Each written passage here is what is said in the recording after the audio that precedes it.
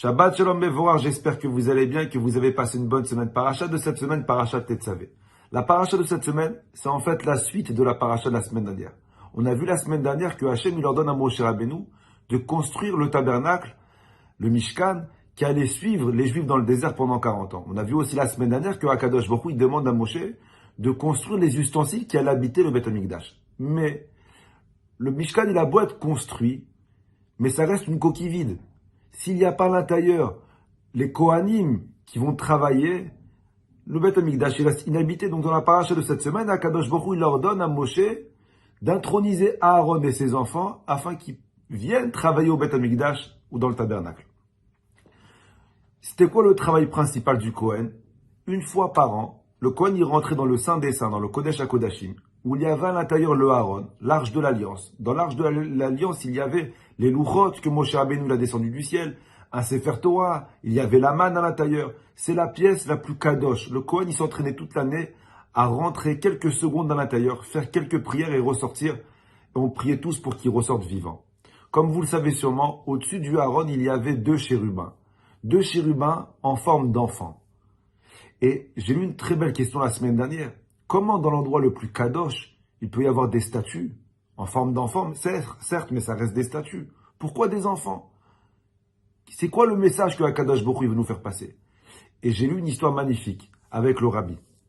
Il y a plusieurs années, le rabbi un jour il téléphone à un donateur et il lui dit: j'ai une mission pour toi. Je voudrais que tu ramasses de l'argent pour construire un nouveau Beth Chabad dans une des villes en Amérique. Alors le monsieur c'était un donateur. C'était pas quelqu'un qui ramassait de l'argent. Alors le monsieur, il a dit au Rabbi Rav, est-ce que je peux donner de l'argent à la place de ramasser de l'argent? Il lui a dit non, tu vas donner de l'argent et tu vas aussi ramasser de l'argent. Et pour le motiver, le Rabbi lui a dit, écoute, ramasse-moi l'argent pour ce makom et je te promets que ce que tu me demandes, je vais prier et tu l'auras. Le monsieur, il a entendu la promesse du Rabbi, il s'est empressé, il a fermé ses magasins et pendant un mois entier, il a tourné de synagogue en synagogue, donateur en donateur, afin de ramasser tout l'argent pour construire le nouveau Beth Chabad. Au bout d'un mois, il arrive chez le Rabbi, tout content. Il lui pose un chèque sur la table et lui dit: voilà Rav, j'ai tenu ma parole, j'ai fait ce que tu m'as demandé de faire, j'ai ramassé l'argent pour la nouvelle synagogue. Maintenant toi, Rav, en contrepartie, tu m'as promis que ce que je demandais, tu prierais et que je l'aurais. Alors Rav, j'ai quelque chose. Le Rav lui a dit: effectivement, demande-moi ce que tu veux. Et le monsieur dit au Rav, la parnassa ces temps-ci, ça va pas très bien. J'ai des problèmes avec les banques. Prie pour moi, Rav, que tout se débloque. Le Rav, il le regarde avec ses yeux perçants et le Rav, il lui dit: j'ai une parole, tu verras dans une semaine, tous tes problèmes de parnassa, ils vont se résoudre. Le monsieur était très content. Il a réussi à obtenir ce qu'il voulait. Il se lève, il va pour partir et le Rabbi l'appelle. Il lui dit: tu sais, dommage. Le monsieur dit au Rabbi: quoi dommage? Le Rabbi dit: mais tu te rends compte?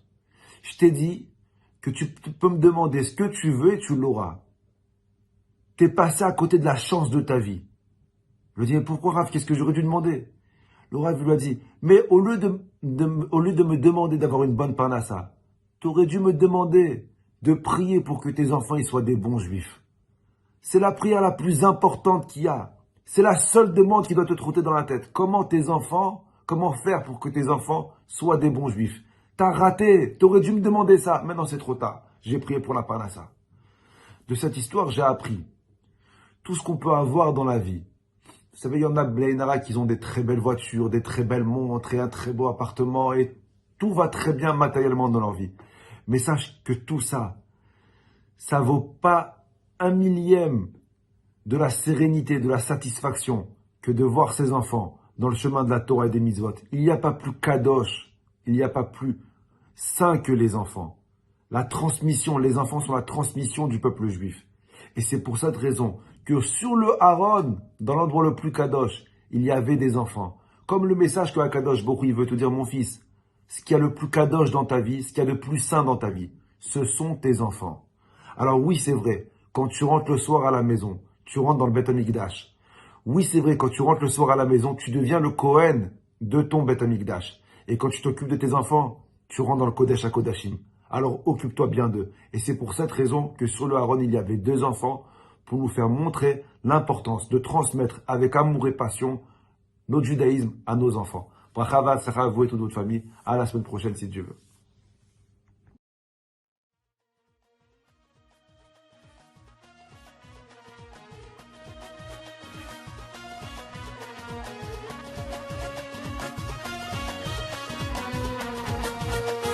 Non,